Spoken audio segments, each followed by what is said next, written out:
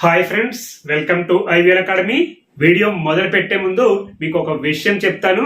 మన బుక్ ను పబ్లిష్ చేసినప్పటి నుంచి చాలా మంది కొంటున్నారు. నాకు పర్సనల్ గా ఫోన్ చేసి బాగుందని చెప్తున్నారు. మీరు చెప్పడం నాకు హ్యాపీగా ఉంది. దానితో పాటు మీరు కొన్న ప్లాట్ఫామ్ లో అంటే అమెజాన్ లో కానీ లేదా ఫ్లిప్కార్ట్ లో కానీ రివ్యూ ఇవ్వడం మర్చిపోకండి. మీ యొక్క హానెస్ట్ రివ్యూ వందలాది మందికి ఉపయోగపడుతుంది. అలాగే మనం ప్రతిరోజు హిందూ న్యూస్ పేపర్ లో వచ్చినటువంటి ఎడిటోరియల్ ఆర్టికల్స్ ను అలాగే జనరల్ ఆర్టికల్స్ ను ఎలా అర్థం చేసుకోవాలి ప్రతిరోజు వీడియో చేస్తున్నాం. వాటితో పాటు చాలా మంది నాకు పర్సనల్ గా ఫోన్ చేసి ప్రతిరోజు ఉపయోగించే వొకాబులరీ పై కూడా వీడియోలు చేస్తూ ఉంటామని అడుగుతున్నారు. కాబట్టి ఈ రోజు కొత్తగా కిచెన్ లో ఎలాంటి పదాలు ఉపయోగిస్తారో వాటి గురించి చిన్న వాక్యాలుగా చెప్పడం జరిగింది. ఒకవేళ మీకు ఈ వీడియో నచ్చినట్లయితే కామెంట్ చేయండి. ఇలాంటి వీడియోలు చేస్తూ ఉంటాను. ఒకవేళ ఈ వీడియో కనుక నచ్చనట్లయినా కూడా కామెంట్ చేస్తూ ఉండండి. మీ ఫీడ్బ్యాక్ నాకు చాలా ఇంపార్టెంట్. మీ ఫీడ్బ్యాక్ ని బట్టి నేను వీడియోలు చేస్తూ ఉంటాను. సో మనం వీడియోలోకి వెళ్ళిపోదాం. అమ్మ మెల్లగా లేచింది. ఇక్కడ అమ్మ అనేది సబ్జెక్ట్. సో మనం యాజ్ ఇట్ ఈజ్ గా సబ్జెక్ట్ రాయాలి. లేచింది అనేది ఇక్కడ వెర్బ్. కాబట్టి ఇక్కడ మనం వోకప్ అని రాయాలి. వేకప్ అనేది ప్రెజెంట్ టెన్స్, వోకప్ అనేది పాస్ట్ టెన్స్. ఇది వీటిలో ఉంది. ఇది ఒక ఫ్రేజల్ వర్బ్. చాలా మందికి తెలిసే ఉండవచ్చు. ఎలా లేచింది? మెల్లగా లేచింది, స్లోలీ. అమ్మ మెల్లగా లేచింది. అమ్మ వోకప్ స్లోలీ. ఇక్కడ స్లోలీ అనేది యాడ్వర్బ్ ఆఫ్ మేనర్, అంటే ఎలా లేచింది అని చెప్తున్నాం కాబట్టి ఇది ఒక వాక్యం. ఆమె కిచెన్ వైపు నడిచింది. ఇక్కడ ఎవరు నడిచారు? ఆమె నడిచారు. కాబట్టి ఇక్కడ సబ్జెక్ట్ రాయాలి. షీ. ఇక్కడ షీ అంటే అమ్మ. మనం అస్తమానం అమ్మ అని రాయనవసరం లేదు. ఇక్కడ షీ అని చెప్తే సరిపోతుంది. ఏం చేసింది? వాక్డ్. నడిచింది కాబట్టి వాక్డ్ అనేది వీటులో ఉంది. Walk V1, walked V2, walk V3. వైపుకు నడిచింది కాబట్టి టువర్డ్స్ అని రాయొచ్చు. She walked towards. నడిచింది. టువర్డ్స్ అంటే అటువైపుగా. ఎటువైపుగా? The kitchen.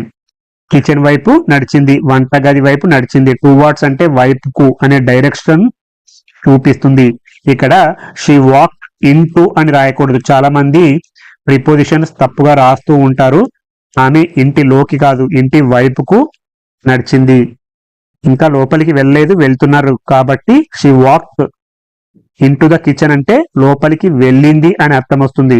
కానీ ఆమె కిచెన్ వైపుకి నడిచింది. ఆమె లైట్ వేసింది. కిచెన్ లోకి వెళ్ళిన తర్వాత ఆమె లైట్ వేసింది. ఇదంతా మనం ఒక స్టోరీలా చెప్పుకుంటున్నాం, అంటే ఎలా ట్రాన్స్లేట్ చేయాలో తెలియడానికి. ఇక్కడ ఆమె అంటే షీ. ఏం చేసింది? లైట్ వేసింది. కాబట్టి switch on the light. Switch on అంటే వేయడం, స్విచ్ ఆఫ్ అంటే ఆపడం. రెండు కూడా ఇక్కడ ఫ్రేజల్ వర్బ్స్. ఆబ్జెక్ట్ మధ్యలో కూడా వస్తుంది. She switched the light on అని కూడా అంటారు. చాలా ఇంపార్టెంట్. ఇలాంటివి నోట్ చేసుకోవాలి. చాలా మందికి తెలియకపోవచ్చు. She switched on the light అనొచ్చు, లేదా she switched the light on అని కూడా రావచ్చు, లేదా మాట్లాడొచ్చు. రెండు విధాలుగా కూడా చెప్పొచ్చు. ఇలాంటివి నోట్ చేసుకోవాలి. మళ్ళీ ఒకసారి చెప్తున్నాను. She switched on the light అనొచ్చు, లేదా she switched the light on అని కూడా చెప్పొచ్చు. రెండు కరెక్టే. ఆమె గ్యాస్ స్టవ్ దగ్గర నిలబడింది. ఇక్కడ ఆమె అంటే ఎవరు? షీ. కాబట్టి సబ్జెక్టు. ఏం చేసింది? నిలబడి ఉంది. స్టుడ్. స్టుడ్ అనేది V2, stand V1, stood V2. ఎక్కడ నిల్చుంది? గ్యాస్ స్టవ్ దగ్గర. She stood at the gas stove. దగ్గర.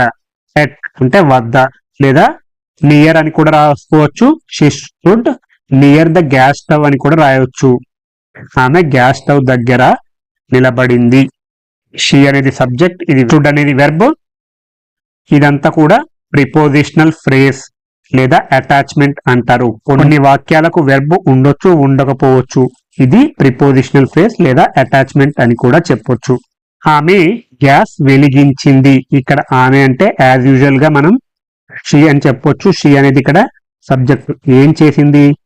వెలిగించింది. Turned on. ఇలాంటి ఫ్రేజల్ వర్బ్స్ మీరు నోట్ చేసుకోవాలి. ఇది ఫ్రేజల్ వర్బ్. టర్న్డ్ ఆన్ అంటే వెలిగించింది. She turned on the gas. She turned on the gas. ఏం వెలిగించింది అని అడుగుతున్నప్పుడు ఆన్సర్ వచ్చింది కాబట్టి ఇది ఆబ్జెక్ట్. ఇది వెర్బ్, ఇది subject. She turned on turn on అంటే స్టార్ట్ చేయడం, వెలిగించడం. టర్న్ ఆఫ్ అంటే ఆపడం. గ్యాస్, ఫ్యాన్, ట్యాప్ ఇవన్నీ కూడా టర్న్ ఆన్, టర్న్ ఆఫ్ తో వాడుతూ ఉంటారు. నోట్ చేసుకోవాలి. ఆమె నీళ్లు పాత్రలోకి పోసింది. ఇక్కడ పాత్ర అంటే గిన్నె అని అంటుంటాం. కొంతమందికి తెలియకపోవచ్చు. పాత్ర అంటే గిన్నె. ఆమె నీళ్లు గిన్నెలోకి పోసింది. ఇక్కడ సబ్జెక్ట్ ఆమె అంటే షీ. పోసింది. ఇలాంటి పదాలకు మీకు అర్థాలు తెలియాలంటే మినిమం వొకాబులరీ తెలియాలి. వారి కోసం నేను ఈ ఎసెన్షియల్ ఇంగ్లీష్ వొకాబులరీ అనే బుక్ రాయడం జరిగింది. మీరు ఆ బుక్ తీసుకోండి. అందులో వొకాబులరీని 3 రకాలుగా విభజించడం జరిగింది. Easy words, moderate words, difficult words అనేవి. వాటితో పాటు ఫ్రేజల్ వర్బ్స్ అలాగే ఇడియమ్స్ కూడా యాడ్ చేశాను.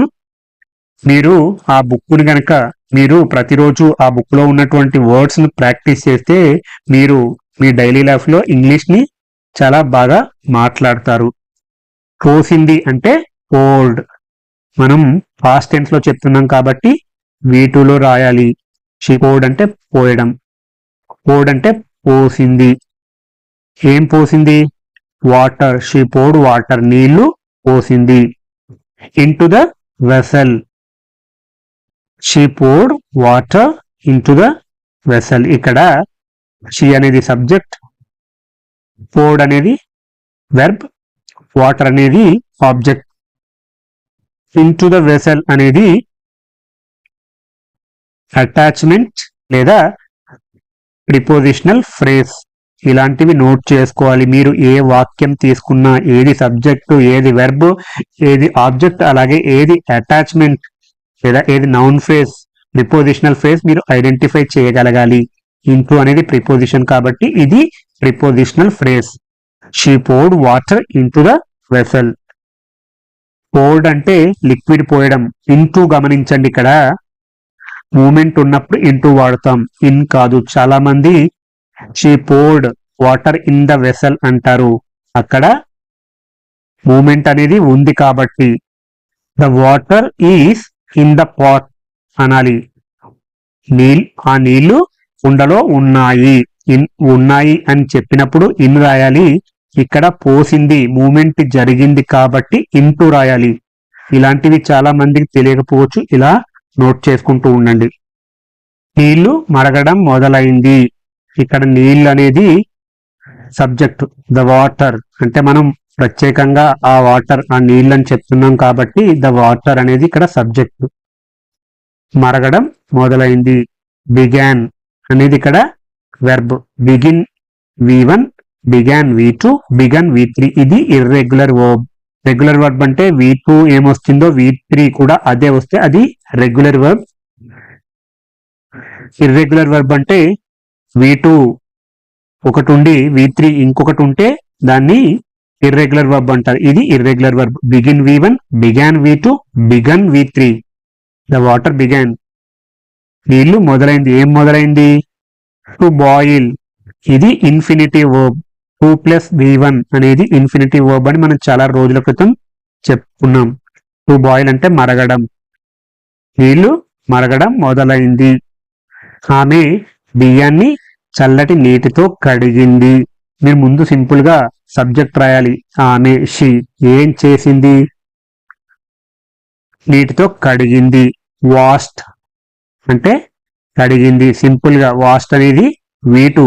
ఇక్కడ యాక్షన్ ఏ టెన్స్ లో ఉందో చూడాలి. కడిగింది అనేది పాస్ట్ టెన్స్ లో ఉంది కాబట్టి ఇక్కడ షీ వాష్డ్ కడిగింది. దేన్ని కడిగింది? బియ్యాన్ని. She washed the rice. ఆమె బియ్యాన్ని కడిగింది. With cold water. విత్ అంటే తో. దేంతో కడిగింది? Cold water. చల్లని నీళ్లతో కడిగింది. She washed the rice. ఏం కడిగింది అని అడిగితే సమాధానం వచ్చిందో అదే ఆబ్జెక్ట్. ఏం కడిగింది? రైస్. ఇక్కడ షీ అనేది subject, washed V2 the rice. With cold water అనేది అటాచ్మెంట్ లేదా ప్రిపోజిషనల్ ఫ్రేజ్. ప్రతి వాక్యంలోనూ మీరు సబ్జెక్టు, వెర్బ్, ఆబ్జెక్ట్ లేదా కాంప్లిమెంట్, అటాచ్మెంట్ ఐడెంటిఫై చేయగలిగినట్లయితే మీరు మంచి ఇంగ్లీష్ మాట్లాడతారు. ఆమె బియ్యాన్ని మరుగుతున్న నీళ్లలో వేసింది. ఇక్కడ సబ్జెక్ట్ షీ. ఆమె ఏం చేసింది? నీళ్ళలో వేసింది. యాడెడ్. షీ యాడెడ్ అంటే వేసింది. ఇలాంటివి నోట్ చేసుకోవాలి. ఇది వీటిలో ఉంది. She added. ఏం యాడ్ చేసింది? Rice. She added the rice. To. ఇది చాలా ఇంపార్టెంట్. యాడ్ ప్లస్ టు వచ్చినప్పుడు ఒకదానికి జత చేయడం అని చెప్పొచ్చు. దేనికి జత చేశారు? ఈ నీళ్ళలో బియ్యాన్ని వేశారు అనే ఉద్దేశంలో చెప్పొచ్చు. She added the rise to the boiling water. Boiling అంటే మరుగుతున్నటువంటి వాటర్, నీళ్లు. ఇది ఇక్కడ V4 యాడ్జెక్టివ్ గా యాక్ట్ చేస్తుంది. Boiling water. ఇక్కడ నీటిని ఈ బాయిలింగ్ అనేది డిస్క్రైబ్ చేస్తుంది. She added the rise to the boiling water. ఆమె బియ్యాన్ని మరుగుతున్న నీళ్లలో వేసింది. తర్వాత ఆమె టమాటాలను కోసింది. ఇక్కడ షీ అంటే ఆమె ఏం చేసింది? కోసింది.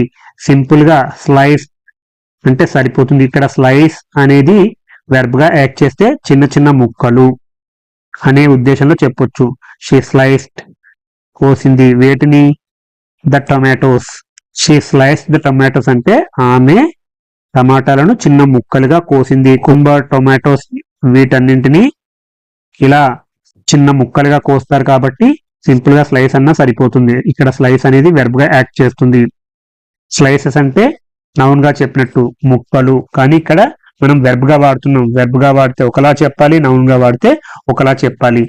ఈ వాక్యాలను కేవలం శాంపిల్ గా మాత్రమే చెప్పడం జరిగింది. చాలా మంది పర్సనల్ గా అడుగుతున్నారు, మేము రెగ్యులర్ గా ఉపయోగించే వొకాబులరీ మీద కూడా వీడియోలు చేస్తుండమని రిక్వెస్ట్ చేశారు. కాబట్టి ఇలాంటి వీడియో ఒకటి చేయడానికి ప్రయత్నించాను. మీకు కనుక ఈ వీడియో నచ్చినట్లయితే లైక్ చేయండి, షేర్ చేయండి మరియు సబ్స్క్రైబ్ చేయండి.